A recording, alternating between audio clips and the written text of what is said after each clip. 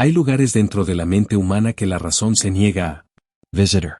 Rincones donde la lógica se dobla, donde la percepción rompe sus propias reglas, donde una persona completamente consciente puede ver lo que no existe, escuchar voces que nadie más oye, o convertirse, de manera literal, en alguien que nunca fue.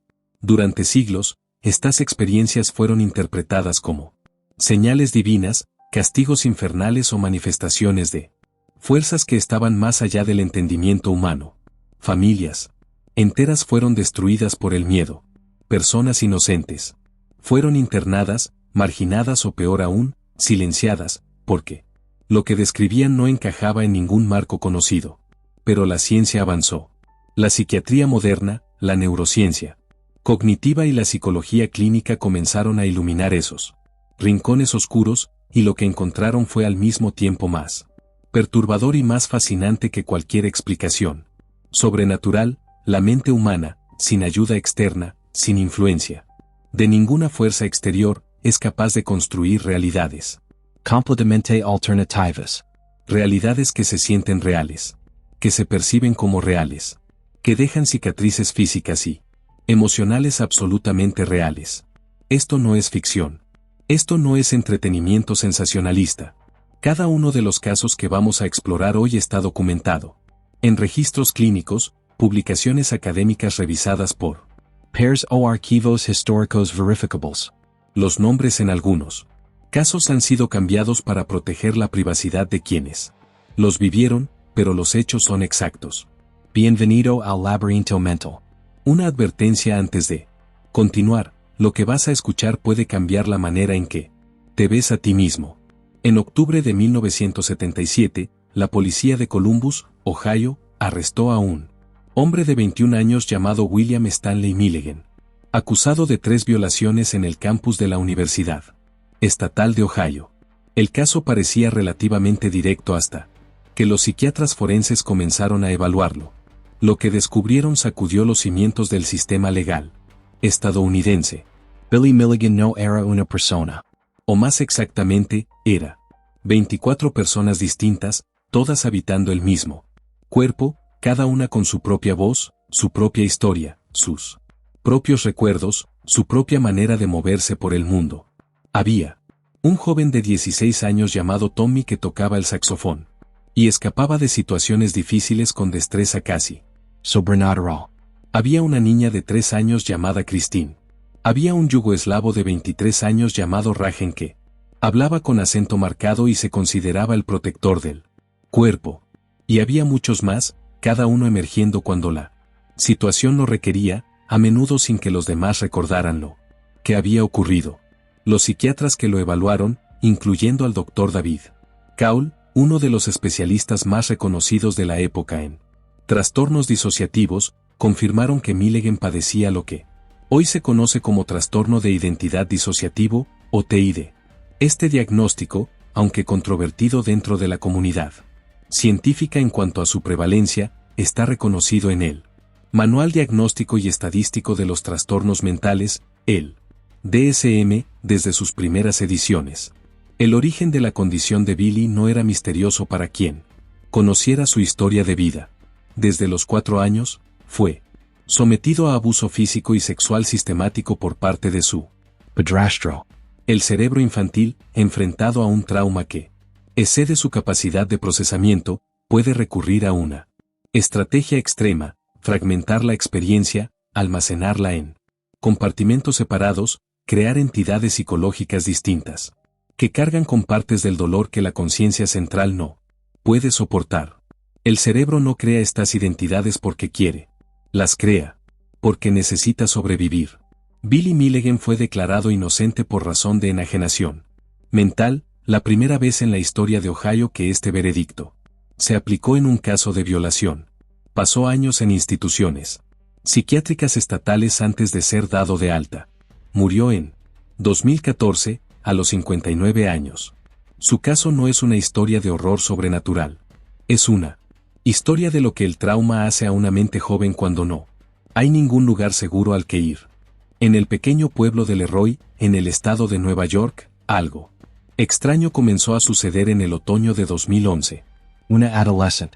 De 15 años comenzó a experimentar tics faciales, espasmos involuntarios y episodios que recordaban visualmente a los ataques epilépticos. No había antecedentes médicos relevantes. No había lesión conocida. En semanas, otras chicas del mismo instituto comenzaron a mostrar síntomas idénticos. Luego más. Luego más. Al final, 18 estudiantes, 17 chicas y un chico, presentaban el mismo cuadro clínico: movimientos involuntarios, espasmos, dificultad para hablar, pérdida temporal del control motor. La comunidad entró en pánico. Los padres exigieron explicaciones. Los medios de comunicación llegaron en masa. Circularon teorías sobre contaminación química, sobre pesticidas. En el suelo, sobre emisiones de una antigua planta industrial.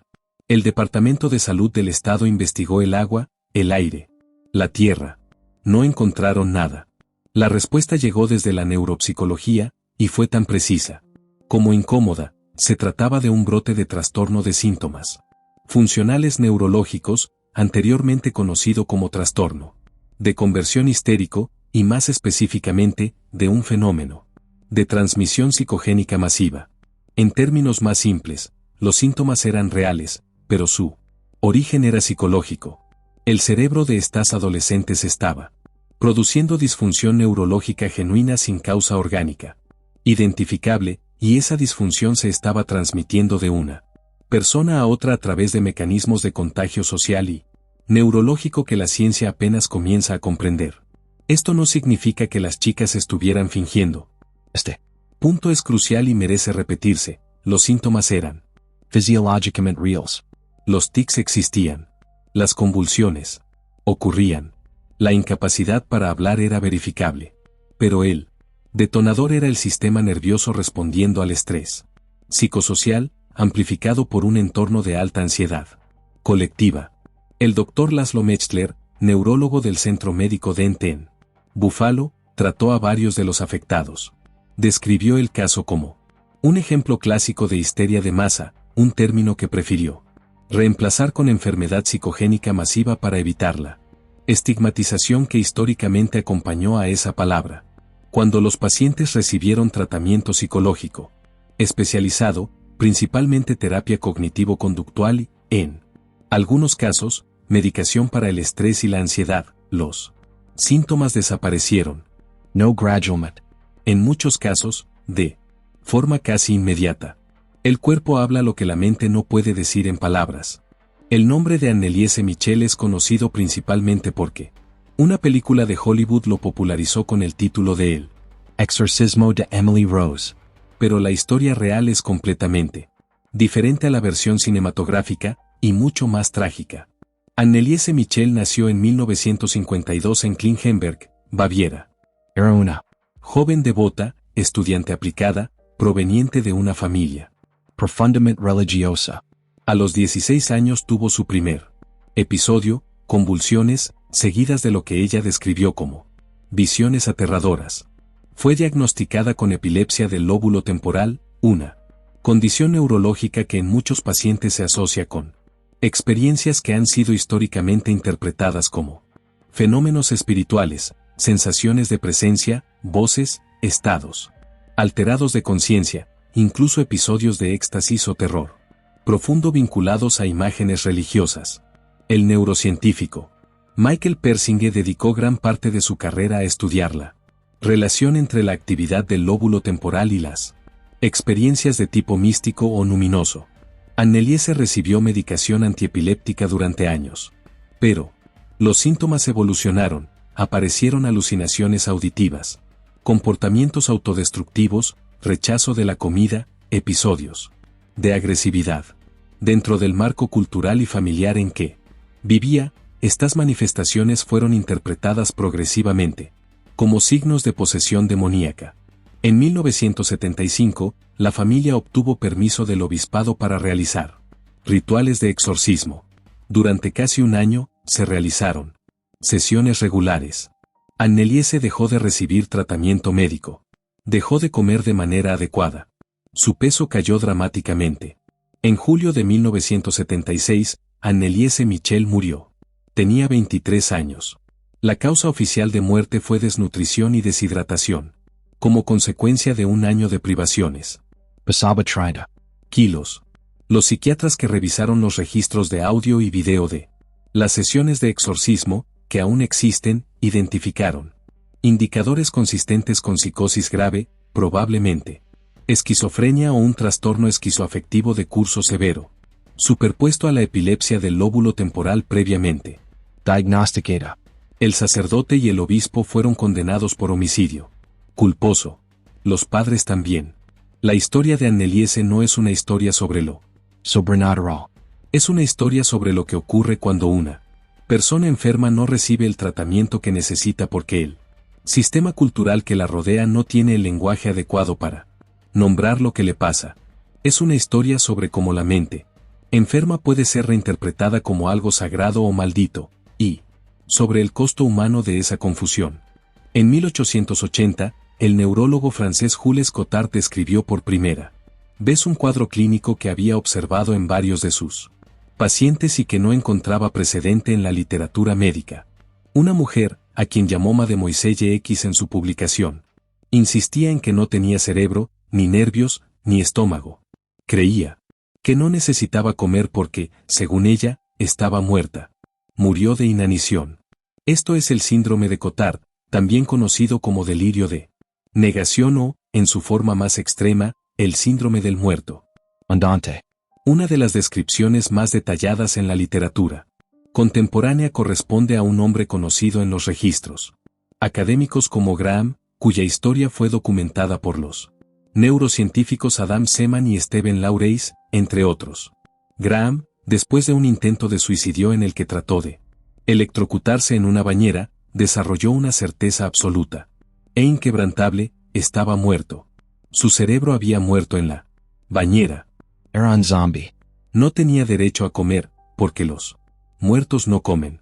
No tenía derecho a calentarse, porque los muertos no sienten frío. Lo más extraordinario del caso de Graham no es su convicción Subjetiva. Lo más extraordinario es lo que encontraron los escáneres cerebrales. Cuando los investigadores realizaron tomografías por emisión de positrones, las llamadas PET scans, observaron que la actividad metabólica en las regiones frontales y parietales del cerebro de Graham era dramáticamente inferior a la que se observa en personas en estado de vigilia normal. De hecho, la actividad era comparable a la de alguien bajo anestesia general profunda.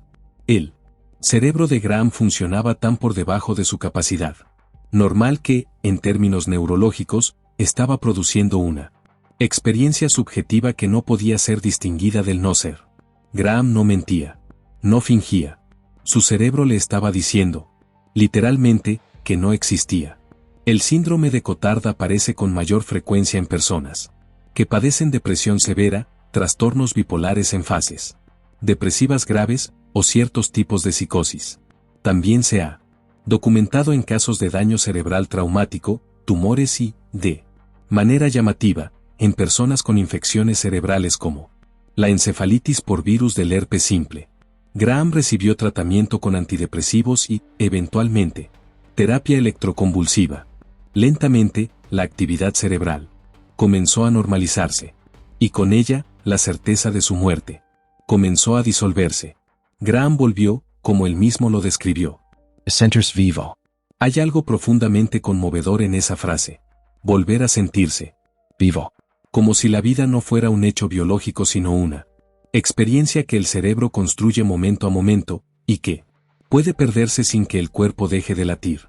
Mucho antes de que existiera la psicología como disciplina formal, los archivos históricos ya registraban fenómenos que hoy reconocemos como episodios de transmisión psicogénica masiva. Uno de los más documentados y estudiados ocurrió en conventos europeos durante los siglos XV, XVI y XVII. En 1491, en el convento de Cambrai, en el norte de Francia, una monja comenzó a maullar como un gato. No metaphoricamente. Con Sonido, con postura, con la repetición compulsiva del comportamiento. En días, otras monjas comenzaron a hacerlo mismo. Pronto, un grupo numeroso de religiosas maullaba durante horas. El convento fue clausurado temporalmente. Las autoridades Eclesiásticas interpretaron el fenómeno como posesión demoníaca. En 1749, en Würzburg, Alemania, la madre superiora del convento de los Untersel comenzó a mostrar comportamientos que incluían convulsiones, blasfemias, comportamientos sexualmente desinhibidos y la afirmación de que estaba poseída por él Demonio Beelzebub. Su nombre era María Renata Sainger. Fue juzgada como bruja y ejecutada. Desde la perspectiva de la psicología forense e histórica, estos casos son ejemplos de lo que hoy diagnosticaríamos como episodios disociativos agudos, posiblemente amplificados por condiciones de vida extremas, aislamiento social crónico, deprivación sensorial parcial, rigidez normativa absoluta, y en muchos casos, malnutrición. En contextos de enorme presión psicológica colectiva, el sistema nervioso humano puede producir síntomas que en otros contextos culturales serían interpretados de manera radicalmente diferente. El historiador y psicólogo Robert Bartolomé ha dedicado décadas a catalogar estos episodios a lo largo de la historia humana. Su conclusión es clara: la histeria colectiva, o enfermedad psicogénica masiva, no es una anomalía ni una curiosidad Histórica. es una capacidad neurológica inherente al ser humano, activada bajo condiciones específicas de estrés, ambigüedad y cohesión grupal. No somos tan individuales como creemos. Nuestra experiencia de la realidad es, en parte, una construcción colectiva. Y puede colapsar o transformarse de manera colectiva. Imagina despertar un día y mirar a tu madre, reconocer cada detalle de su cara, cada arruga, el color de sus ojos, la forma de su sonrisa, y al mismo tiempo estar absolutamente convencido de que no es ella, que la persona frente a ti es un impostor perfecto, un doble, alguien que ocupa el cuerpo de tu madre pero que no es tu madre. Esto es el síndrome de Capgras, descrito por primera vez por el psiquiatra francés Joseph Capgras en 1923, junto con su colega Jean Rebaud-Lachaux, en el caso de una mujer parisina que creía que su marido había sido reemplazado por un doble idéntico. Durante décadas, el síndrome de Capgras fue tratado principalmente como un trastorno psiquiátrico funcional, es decir, sin causa neurológica identificable. Pero en las últimas décadas, la neurociencia ha ofrecido una explicación elegante y perturbadora. El reconocimiento facial en el cerebro humano implica dos vías Paralelas. La primera es cognitiva, identifica los rasgos, los compara con la memoria, produce el reconocimiento intelectual. La segunda es emocional, genera la sensación de familiaridad, el calor de reconocer a alguien querido, la resonancia afectiva que Distingue un rostro significativo de uno neutral. Normalmente, estas dos vías operan en sincronía. En el síndrome de Capgras, la vía cognitiva funciona perfectamente. El paciente ve a su madre y reconoce todos sus rasgos. Pero la vía emocional está dañada o desconectada. No hay resonancia afectiva. No hay calor de reconocimiento. Y el cerebro, enfrentado a la paradoja de ver a alguien perfectamente conocido, sin sentir el eco emocional correspondiente, produce la única explicación que puede construir: no es ella. Es una copia. Esta hipótesis, desarrollada en gran parte por el neurocientífico Vilayanur Ramachandran y posteriormente respaldada por estudios de neuroimagen, ha transformado nuestra comprensión del síndrome. Los pacientes de Capgras frecuentemente muestran daño en las conexiones entre la corteza visual temporal y la amígdala, la región cerebral central para el procesamiento emocional. El síndrome de Capgras aparece más comúnmente después de lesiones cerebrales traumáticas, en pacientes con demencia de Alzheimer avanzada y en ciertas presentaciones de esquizofrenia. Lo que nos dice sobre la naturaleza del amor y el reconocimiento. humano es tan filosóficamente perturbador como clínicamente. Fascinante, lo que convierte a una persona en alguien que amamos. No es solo su apariencia. Es el eco emocional que su presencia activa en nosotros. Sin ese eco, la persona más familiar puede volverse un extraño perfecto. En 1953, un joven de 27 años llamado Henry Molaison, conocido en la literatura científica durante décadas simplemente como HM, se sometió a una operación cerebral experimental para tratar una epilepsia severa que no respondía a ningún tratamiento disponible. El cirujano William Beecher Scoville extrajo bilateralmente gran parte del hipocampo y estructuras adyacentes del lóbulo temporal medial. La epilepsia mejoró. Pero algo más cambió para siempre. Henry Molaison perdió la capacidad de formar nuevos recuerdos declarativos. De ese día en adelante, cada vez que una persona salía de su campo visual durante algunos minutos, esa persona dejaba de existir para él. No en el sentido emotivo de la frase. En el sentido más literal, su cerebro no podía retener la experiencia de haberla conocido. Cada mañana era la primera mañana. Cada conversación era la primera conversación. Y sin embargo, Henry podía aprender. Podía mejorar en tareas motoras con la práctica. Si le enseñabas a dibujar una estrella, mirando su reflejo en un espejo, una tarea difícil que requiere adaptación motora, su desempeño mejoraba con cada sesión. Aunque al principio de cada sesión él insistía en que nunca antes había hecho eso. Su cuerpo recordaba. Su memoria consciente no. El caso de Henry Molaison fue fundamental para establecer una distinción que hoy es central en la neurociencia cognitiva, la diferencia entre la memoria declarativa, que incluye hechos y episodios conscientes, y la memoria procedural o implícita, que incluye habilidades y hábitos. Estas memorias así precisan en sistemas cerebrales distintos, y pueden dañarse de manera independiente. Henry Molaison fue estudiado durante más de 50 años. Los neurocientíficos que lo conocieron describían a un hombre de temperamento tranquilo, agradable, con sentido del humor.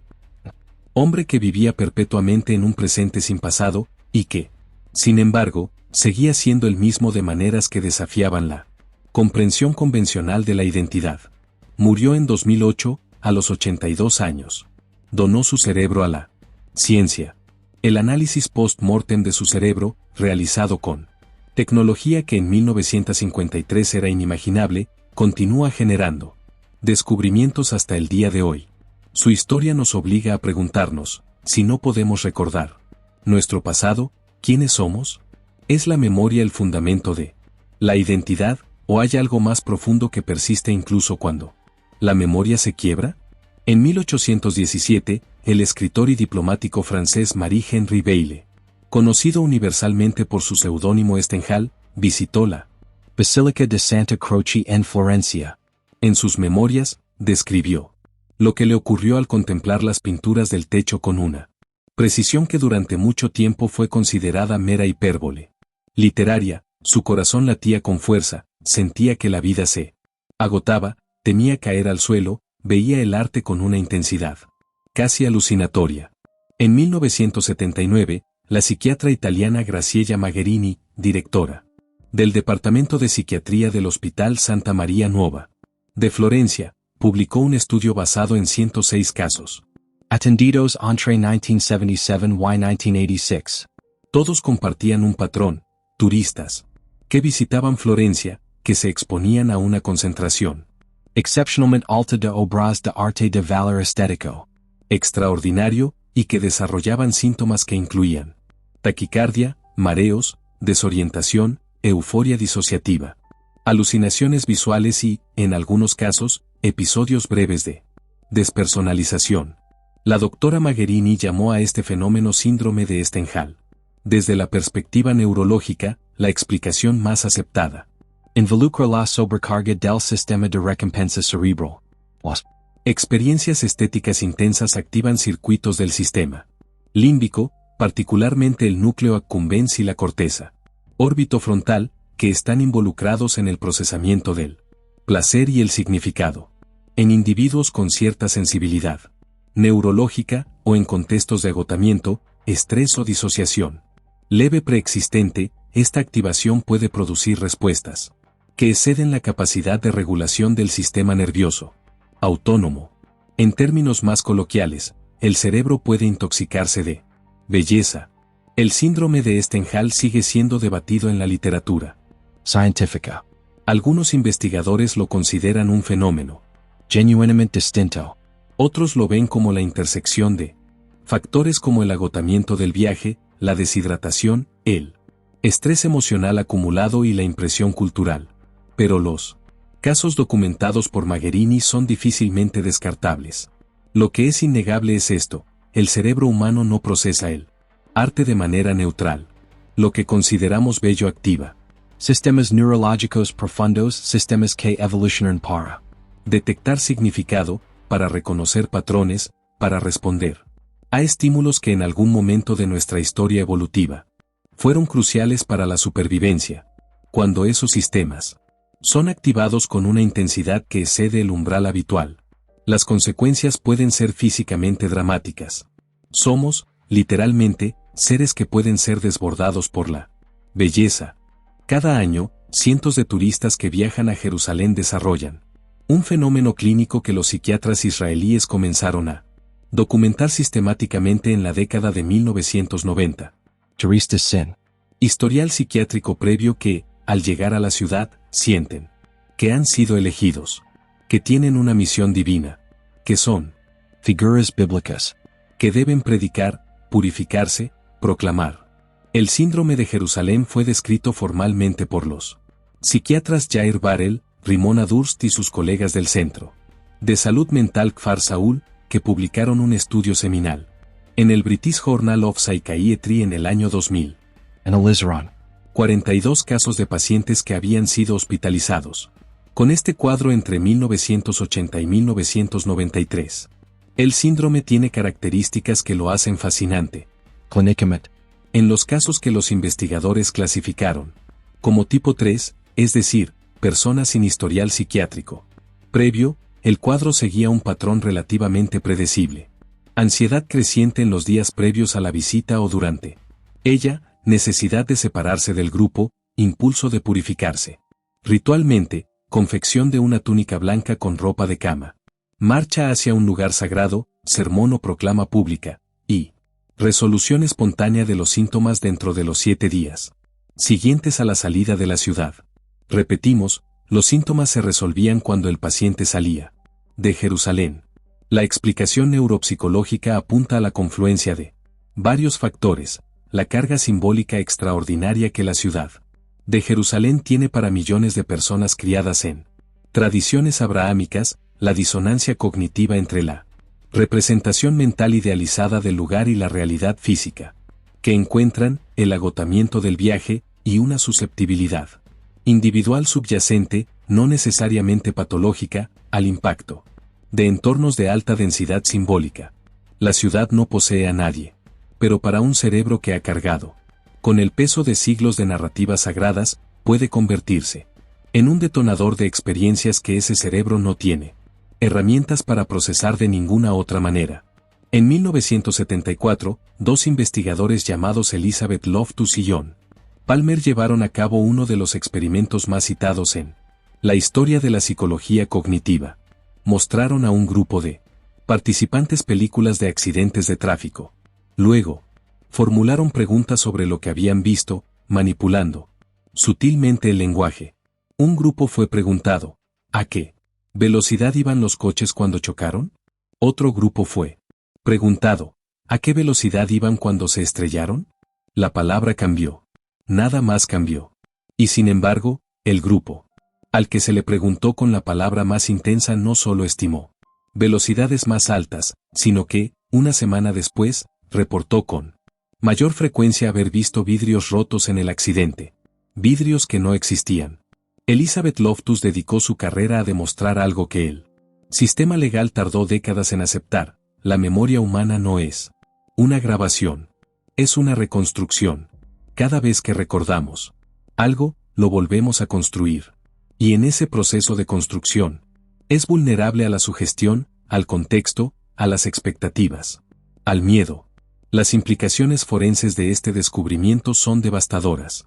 Decenas de personas han sido exoneradas en los Estados Unidos, gracias al trabajo del Innocence Project y de la proliferación de pruebas de ADN, por condenas que se basaron principalmente o exclusivamente en testimonios de testigos presenciales. Personas que recordaban, con toda la convicción del mundo, haber visto a alguien que no habían visto. No porque quisieran mentir, sino porque sus cerebros habían construido un recuerdo que se sentía absolutamente real. La diarrea. Loftus también documentó el fenómeno de los falsos recuerdos implantados, el llamado efecto de desinformación. En experimentos controlados, logró que participantes recordaran eventos que nunca ocurrieron, haberse perdido en un centro comercial de niños, haber sido atacados por un perro, incluso haber tenido experiencias en un parque de atracciones que físicamente era imposible que hubieran tenido, simplemente sugiriéndole suavemente que un familiar les había contado esa historia. El cerebro aceptó la sugestión. La integró en la narrativa autobiográfica. La convirtió en un recuerdo completo, con detalles, con emociones, con la sensación inequívoca de ser real. No hay una señal interna que te diga si un recuerdo fue experimentado o implantado. No hay un marcador que distinga lo vivido de lo fabricado. La memoria, esa herramienta en la que basamos toda nuestra identidad, toda nuestra comprensión de quiénes somos y de dónde venimos, es fundamentalmente maleable. Esta realidad debería hacernos más humildes frente a las certezas de nuestra propia experiencia, pero también debería hacernos más compasivos con quienes recuerdan cosas que no ocurrieron, o que no recuerdan lo que sí ocurrió.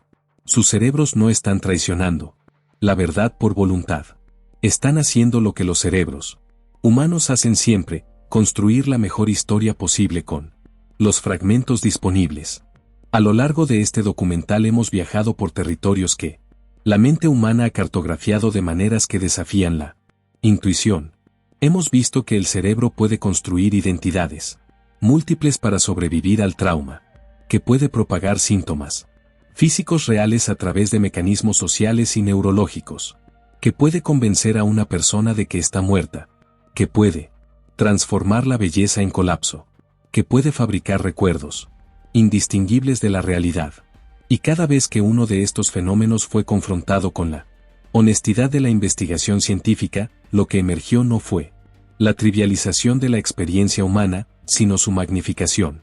Porque lo que estos casos nos dicen no es que las personas que los vivieron estaban simplemente equivocadas, o locas, o eran débiles.